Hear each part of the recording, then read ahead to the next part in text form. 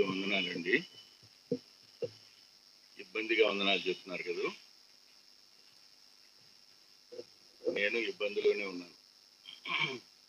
ఈ టైంలో మీ ఆకలిని నేను నిర్లక్ష్యం చేస్తే ప్రమాదంలో ఉన్నట్టు లెక్క.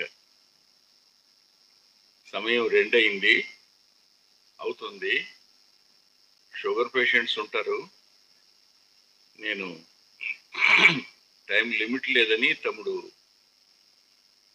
ఎబినేజర్ గారు చెప్పారు. ఒకవేళ ఆయన చెప్పారు కదా, నేను కదా ఐజక్ బాబు చెప్పారంటారు ఆయన. కాబట్టి పద్మారావు గారు ఒక మాట అడిగారు, మీరు దైవజనుల సువార్థికులు అని. ఏం చెప్పాలి? దాని గురించి చెప్పాలా, వర్తమానం చెప్పాలా? ఈ రెండింటి మధ్యన నేను డైలమాలో ఉన్నాను. మనం సువార్థికులం. కీషు పరిచారకుడు అన్నాడు సౌలుతో, ఇక్కడ ఒక దైవజనుడు ఉన్నాడు అన్నాడు. ఎవరు చెప్పారు? పనివాడు చెప్పాడు.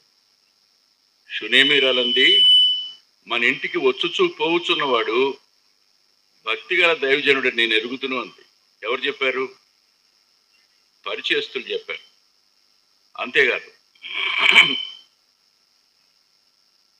ఎలీషా గురించి రాస్తూ, గెహాజీ గురించి రాస్తూ, దైవజనుడైన ఎలీషా సేవకుడైన గెహాజీ అని రాశారు. ఎవరు రాశారు? పరిశుద్ధాత్ముడు రాశాడు. పనివాడు చెప్పాడు, పరిచయస్తులు చెప్పారు, పరిశుద్ధాత్ముడు చెప్పాడు. పౌలు ఎంత గొప్పవాడంటే తన ఆత్మీయ కుమారుణ్ణి దైవజనుడు అనగలిగాడు. మనంతట మనం చెప్పుకోలేం. బైబిల్లో ఎవరు తనకు తాను దైవజనుడు చెప్పుకోలేదు. ఈ రోజున దైవజనులను రాగిపోతే కోప్పడేవాడు ఎక్కువ మంది కనపడుతున్నారు. నేను ఒకటే కోరుకుంటాను, నా ముందు బ్రదర్ వెంకటరత్నం అని ఉండాలి, అంతే. అంతకు మించి ఇంకే ఉండకూడదు. తర్వాత కూడా ఇంకే ఉండకూడదు. That is only. మనము సహోదరులు, అంతే. మనం దైవజనులమా అన్నది that should be decided by the heaven, that should be certified by the church, that should be certified by the world it self, అంతే. ఇంతకు మించి మరొకటి ఏం కాదు. కానీ దైవజనుడు అనే మాట వింటే మాత్రం కాళ్ళు వణుకుతాయి. అది చిన్న మాట కాదు, చాలా పెద్ద మాట. A man of God, a man for God. దేవుని కోసమైన మనిషి, దేవుని మనిషి. మరి వెంకటరత్నం కొరకైన మనిషి, తన కుటుంబం కొరకైన మనిషి, సేవ కొరకైన మనిషి కూడా, దేవుని కొరకైన మనిషి కూడా. కానీ అన్నీ కలిపితే దేనికి ప్రాధాన్యత ఎక్కువ? బైబిల్ గ్రంథంలో ఆఖరి దైవజనుడిగా చెప్పబడినవాడు Timothy. Being an young men, ఎవరైనా అలా బ్రతికితే ఖచ్చితంగా దైవజనుడు అని పిలవచ్చు. వీళ్ళిద్దరూ సేవకు సిఫారసు చేయబడుతున్నప్పుడు ఐజక్ బాబు సంతోషిస్తున్నాడేమో, కానీ నేను మాత్రం దుఃఖపడుతున్నాను.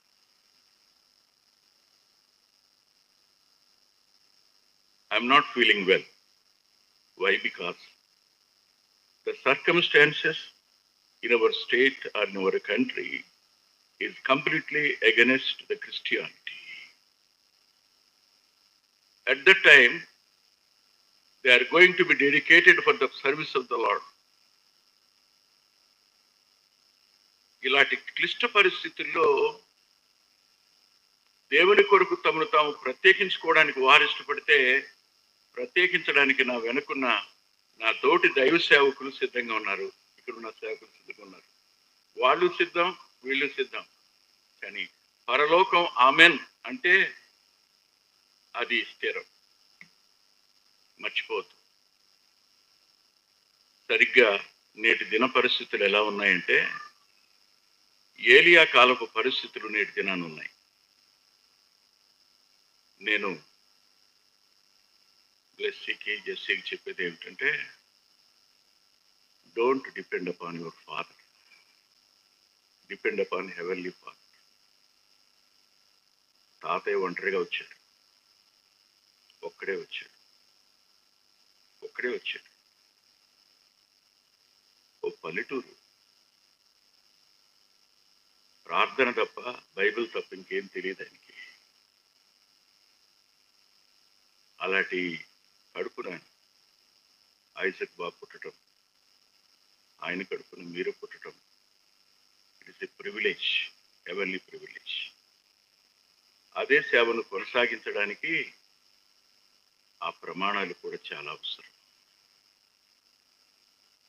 ఏలియా రోషం కలిగిన వాడు. నేటి దిన సేవను పాడు చేసేది డబ్బు. నేటి దిన సేవను పాడు చేసేది కీర్తికాంక్ష. ధనాశ, కీర్తికాంక్ష సేవ పాడైపోవడానికి గల కారణం.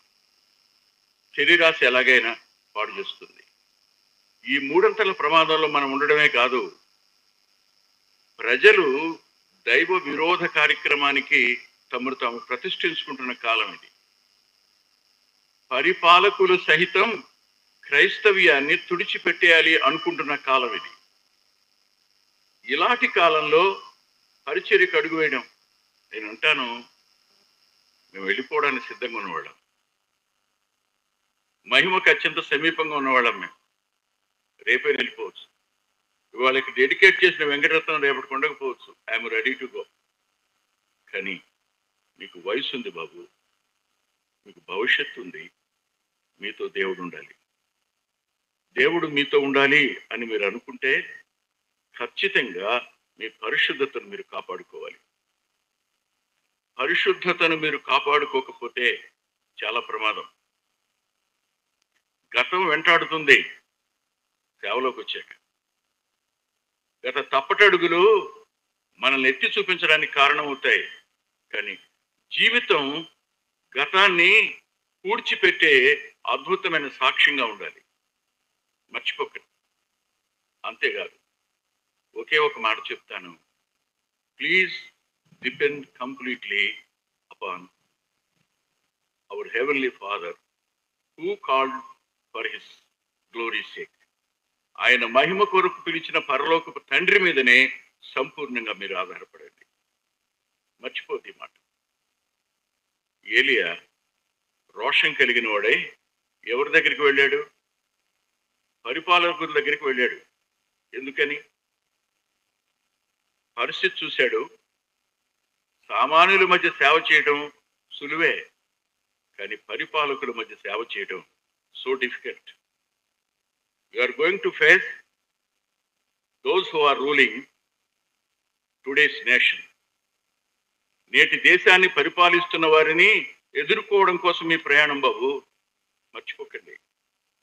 వారి వెనక ఉన్నది ఎవరో తెలుసా?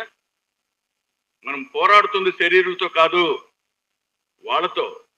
మనం ఎదుర్కొంటుంది వీళ్ళు కాదు, వీళ్ళ వెనక ఉన్నవాడిని. వాడిని ఎదుర్కొంటున్నప్పుడు నీ మీద నువ్వు, నా మీద నేను ఆధారపడితే we're going to be defeated. ఖచ్చితంగా ఓటమి పాలవుతాం.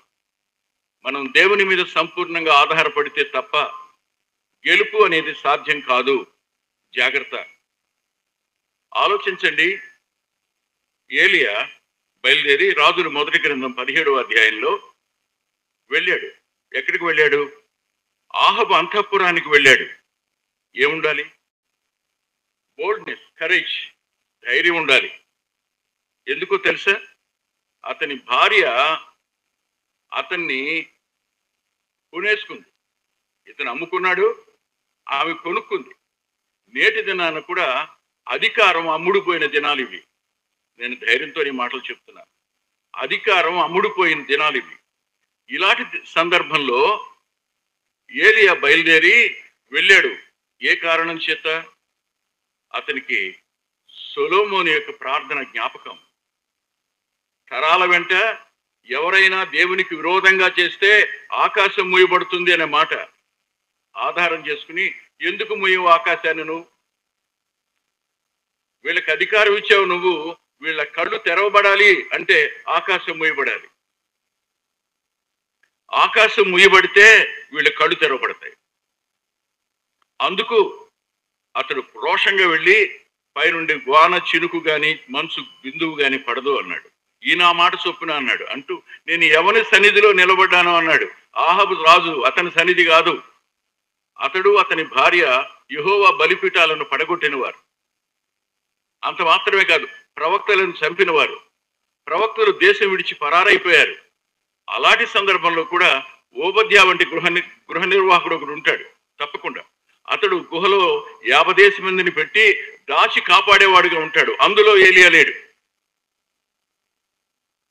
గిలాదు కొండల మీద నుంచి వచ్చాడు. బహుశా గొప్ప చదవరేం కాకపోవచ్చు, కానీ గొప్ప సమర్పణ గలవాడు. రాజు అంతఃపురానికి వచ్చాడు. సైన్యం ఉంటుంది. వచ్చి ఇలా చేపెట్టాడు. జాగ్రత్త, ఎవరి సన్నిధిలో నిలబడ్డానో ఆ దేవుని మాట చొప్పుని చెప్తున్నాను, వర్షం కురవదు, మంచు పడదు అని చెప్పి వెనక్కి తిరిగాడు. అంతఃపురం అంతా నిర్ఘాంతపోయింది. సరిగ్గా దేవుడు మాట్లాడి వెళ్ళి కెరీతుకు వెళ్ళి అన్నాడు.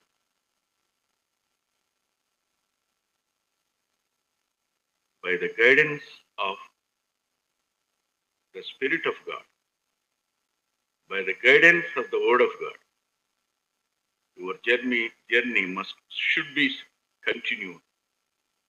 అది లేకపోతే ప్రమాదం. ఎవరున్నారు ఇప్పుడు? సేవలో మేమందరం ఒంటరి వాళ్ళమే. మాకు తోడు ఎవరు లేరు. మీకు తోడున్నారు. మా వెనక ఉన్న గాడ్ ఫాదర్ ఎవరూ లేరు. మాకు ఒక్కరూ లేరు. బలపరిచి ముందుకు వెళ్ళి వెంకటరత్నం అన్నవాడు ఎవడూ లేడు. వీడు ఎందుకు వచ్చాడు అని ఆలోచించేవాళ్ళే ఉండేవారు ఎక్కువ. కానీ దేవుడు విడిచిపెట్టలే. మిమ్మల్ని కూడా విడిచిపెట్టడు ఆయన. దేవుని స్వరం విన్నాడు, కెరీతుకు వెళ్ళాడు. నేను ఆజ్ఞాపించానయ్యా కాకులకు అన్నాడు, కాకోలాలకు అన్నాడు. అవును, ఎవరు పోషిస్తారు సేవకుడిని? సంఘం పోషించకపోతే కాకులు పోషిస్తాయి. పెద్దలకు కష్టం అయితే దేవునికి కష్టం కాదని గుర్తుపెట్టుకోండి. కాకులు పోషిస్తాయి అంటే దొంగతనం చేసి పోషిస్తాయా? లేదు. ఏలియాని పోషించడానికి ఎవరో తెలియని గృహానికి దేవుడు ఆజ్ఞాపించాడు. There is an unknown house to host Elijah. ఏలియాని పోషించడానికి దేవుడు మనకు తెలియని గృహం, అదృశ్యమైన గృహం, ఎవరికి తెలియని గృహం దొంగతనం చేసి తెచ్చి పెడితే తినే పాటివాడా ఏలియా? నా దేవుడు అలాంటి వాడ, దొంగతనం చేసి పోషించేవాడా? నో. ఉదయమే లే, రొట్టె తయారు చేయి, ఉదయమే లే, మాంసం సిద్ధపరచు, నా సేవకుడికి పంపించు. ఎవరికో చెప్పాడు. అది దట్ వాస్ కెప్ట్ సీక్రెట్. సేవా జీవితం దేవుని రహస్యంతో ముడిపడింది. మర్చిపోకండి. అక్కడ ఒక వచనాన్ని నేను మీకు చూపిస్తాను, దయచేసి చూడండి. సామెతల గ్రంథం 10వ అధ్యాయం.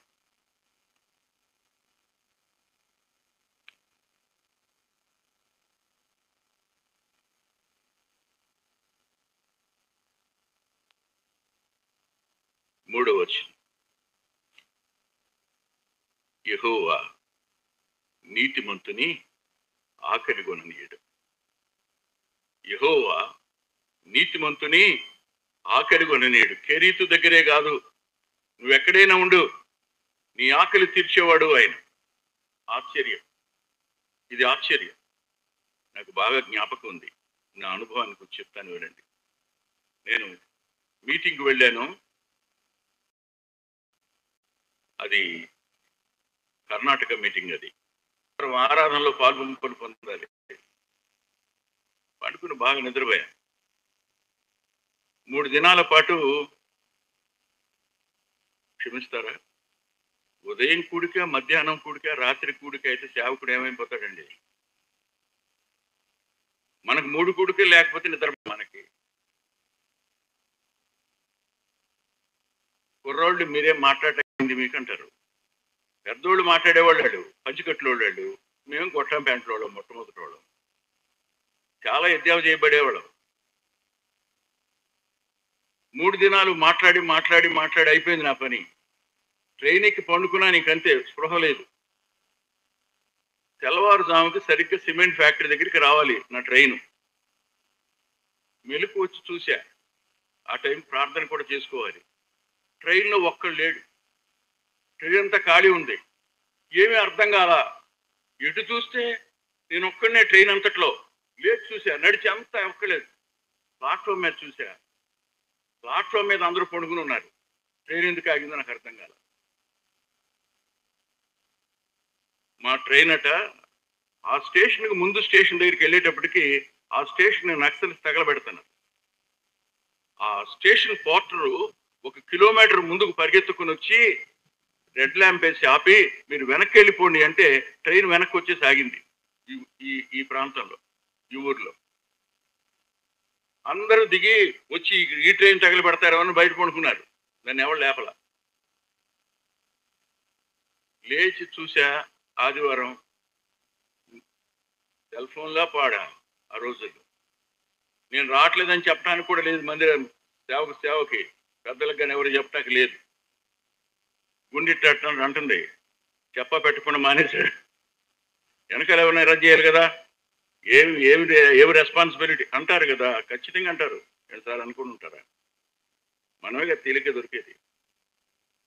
భయపడతా నేను ఇక్కడే కూర్చునున్నా. అందరూ తిరుగుతున్నారు. నాకు అర్థమైంది తినడానికి ఏమి లేదు. ఆరాధన ఎక్కడ చేయాలి? ఆరాధన చేయడానికి కూడా ప్లేస్ లేదు. ఎక్కడెక్కడ ఒక్కడనే దుఃఖం వచ్చి కళ్ళు మూసుకుని, ప్రభువా am I done any wrong? నేను ఏమైనా తప్పు చేశానా? వాళ్ళు సేవకు పిలిచినప్పుడు ఏమైనా విసుక్కున్నానా?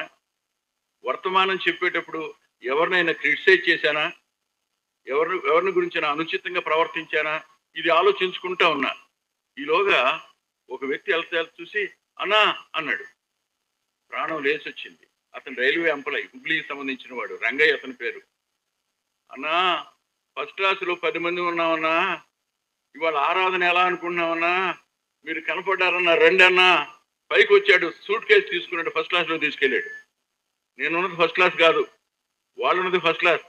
వెళ్ళా కూర్చుని ఉంటే అక్కడే మొహం కడుక్కున్నా. వాకింగ్ చెప్పాం, ఆరాధన చేశారు. విరవడానికి రొట్టె ద్రాక్షరసం లేదు కానీ మెయిన్ మెసేజ్ చెప్పా. వాళ్ళందరూ హ్యాపీగా ఫీల్ అయ్యారు. ఫీల్ అయిన తర్వాత వాళ్ళందరూ ఫుడ్ తీసుకుని వచ్చారు. అన్న కూర్చొని తిందామన్నారు. ఎవరైనా ఆ దేవుడే మీ దేవుడు, ఆ దేవుడే మీ దేవుడు. మనుషుల వైపు చూడొద్దు, దేవుని వైపు చూడండి. ఆయన నీతిమంతుల్ని ఆకలి కొననీయడు. అక్కడి నుంచి అన్నాడు, నువ్వు లే, నీరు ఎండిపోయింది, వెళ్ళి సారిపాతుకు వెళ్ళు, అక్కడ ఒక విధవరాలికి ఆజ్ఞాపించానన్నాడు. ఇదేంటి గొడవ? ఒక ధనవంతురాలికి ఆజ్ఞాపించాను, ధనవంతుడికి ఆజ్ఞాపించానంటే బాగుంటది.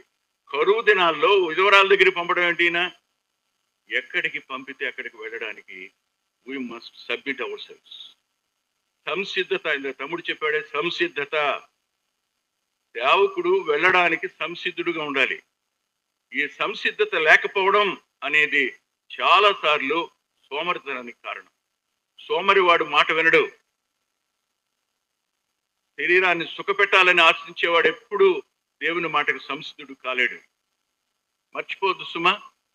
లేచి వెళ్ళాడు. వెళ్ళిన తరువాత ఒక ఎరిగిన గృహం, అది ఎరిగంటే తెలిసింది కాదు, వెళ్ళిన తర్వాత తెలిసింది. ఒక నోన్ హౌస్ అది. అంటే దేవుడు ప్రపంచానికి ఆ ఇంటిని చూపించాలనుకున్నాడు. ఆమె చెప్పింది, అయ్యా నీకెక్కడ నీళ్ళు అయితే నీళ్లు తేవడానికి సిద్ధపడింది. నీరే దొరకటంలా, కానీ నీళ్లు తేవడానికి సిద్ధపడితే ఓహో ఈమె కాబోలని గుర్తించి చిన్న అప్పం కూడా పట్టుకుని అమ్మ అన్నాడు. అంతేగా. అది మనకి 17వ అధ్యాయంలోని 8-9 వచనాల్లో కనపడుతుంది. పట్టుకురు అమ్మ అన్నాడు. అన్నప్పుడు ఏముంది, అయ్యా ముందు కొంచెం నూనె, కొంచెం నేను నా కొడుకు చేసుకుని ఈ రోజు తిని కావు కోసం ఎదురు చూడాల్సిందేనయ్యా. ఎక్కడ పోషిస్తాడు మనల్ని చెప్పండి?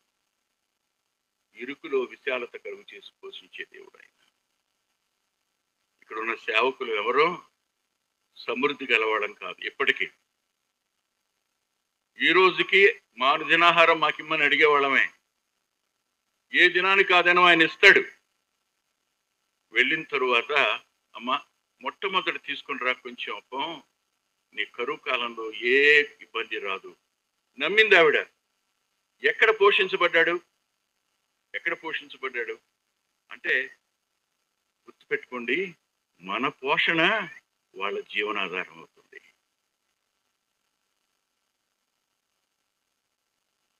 మనము దేవునికి కృతజ్ఞత కలిగి ఉండాలి. మనల్ని బట్టి వారు కూడా దేవుని కృతజ్ఞత కలిగి ఉంటారు. అంటే mutual dependence on God, that is hospitality of a known house. మనల్ని బట్టి వాళ్ళు. ఇక్కడ నేను మరో మాట చూపిస్తాను, చూడండి దయచేసి. 107వ కీర్తన.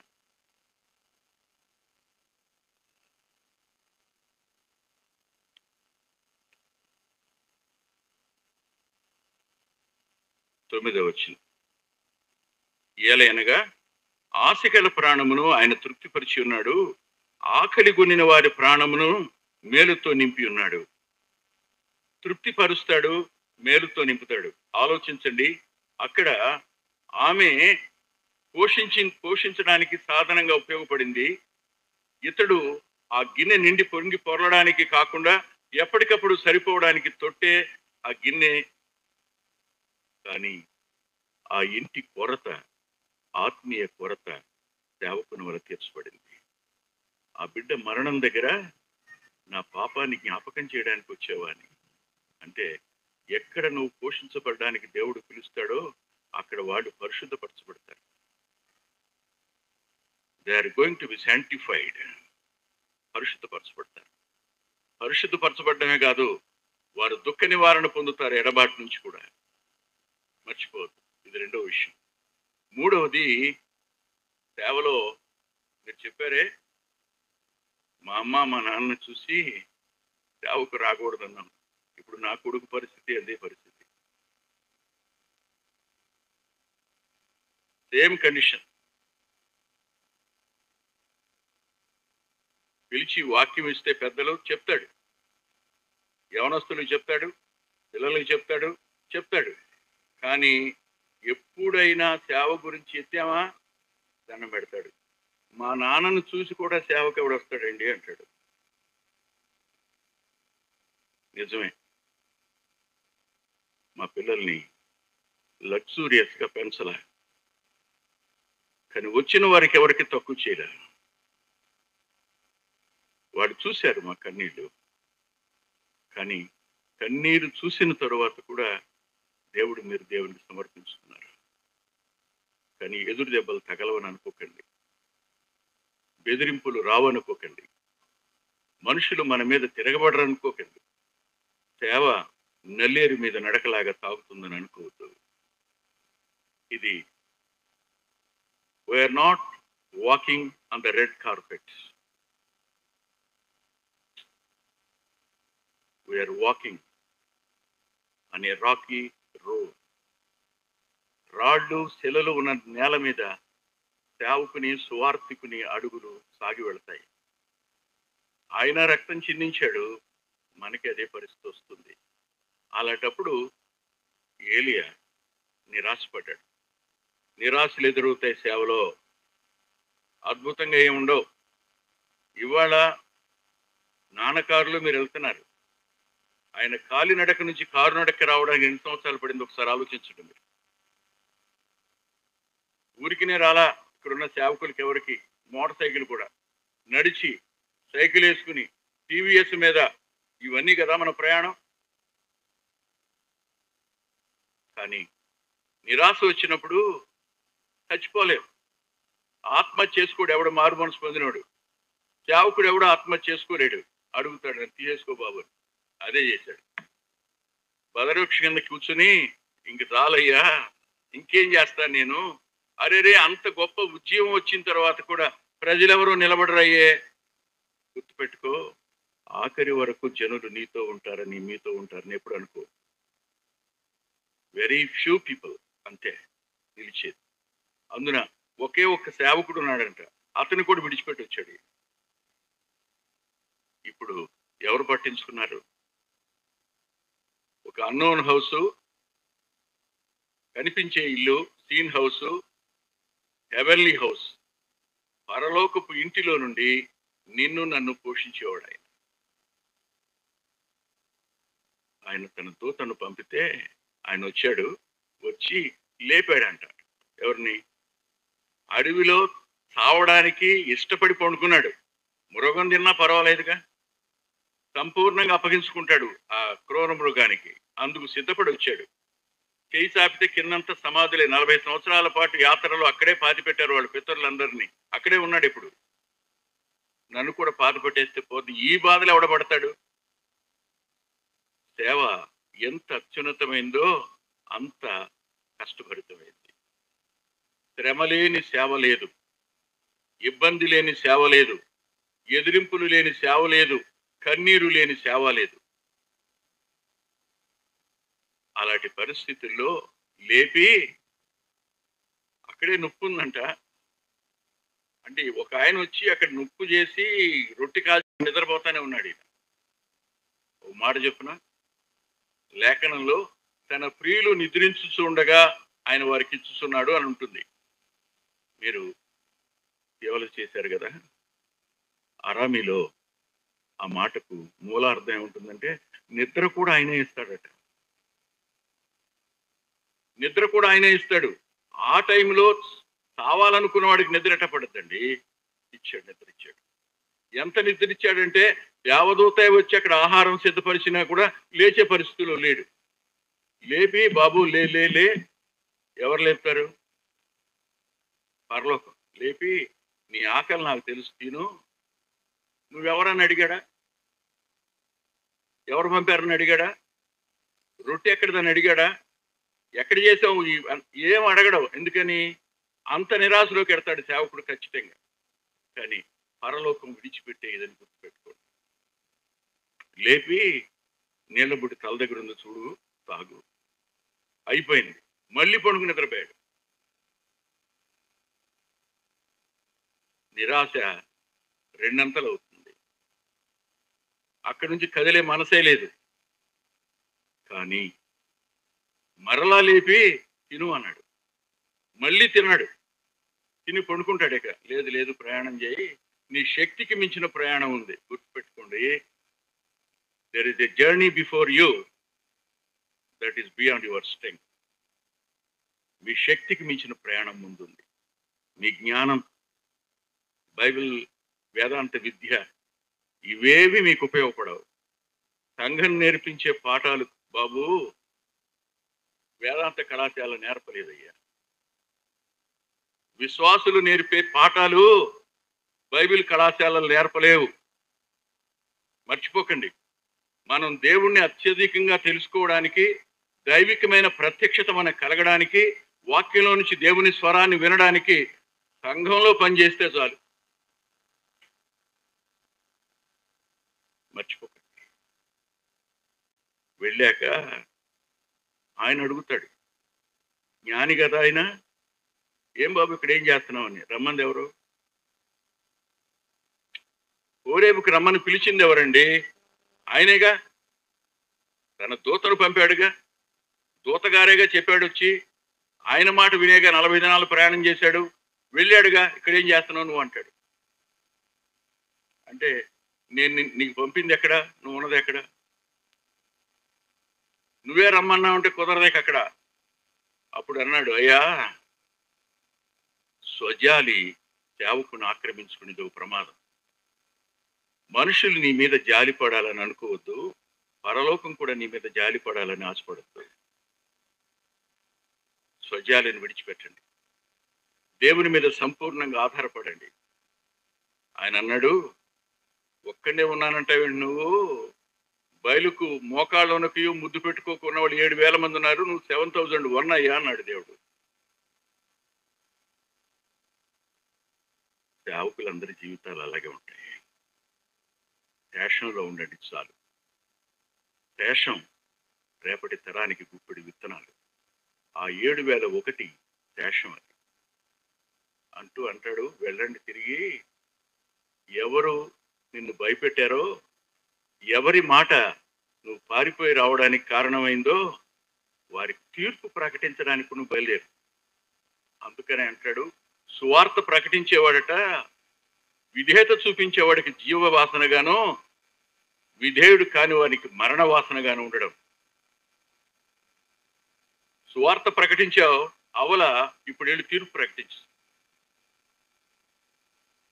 అందుకే అంటాడు నాబోతు, నా పగవాడా నీ చేతిలో చిక్కానా అని. మళ్ళీ నీ మాట చొప్పున వర్షం కురవలేదు అంటే దేవుడు నీ మాటకిచ్చే విలువ అంత గొప్పది. పరిశుద్ధతను కాపాడుకో, దేవుని మీద ఆధారపడు, ఆయన పోషణకే అప్పగించుకో. నిన్ను దేవుడు విడిచిపెట్టడు, మిమ్మల్ని దేవుడు విడిచిపెట్టడు. ఆఖరి మాట చెప్పి ముగిస్తాను. అది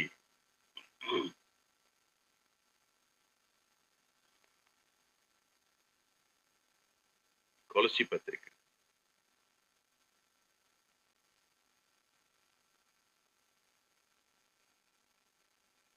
2వ అధ్యాయం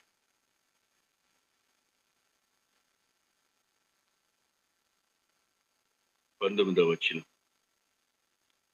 3వ భాగం చదువుతున్నాను. అదేమిటంటే, ఆ శిరస్సు మూలంగా సర్వ శరీరము కీళ్ల చేతను నరముల చేతను పోషింపబడి అతుకబడినదై దేవుని వలన కలుగు వృద్ధితో అభివృద్ధి పొందుతున్నది.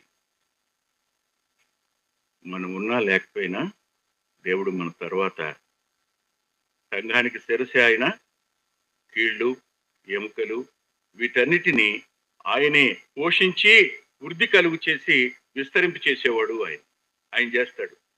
కానీ నేటి దినాల్లో ఉన్న ఒక ప్రమాదకరమైన పరిస్థితి ఏమిటంటే, పిలువబడిన ప్రతి వ్యక్తి తను సెలబ్రిటీ అయిపోవాలనుకుంటున్నాడు.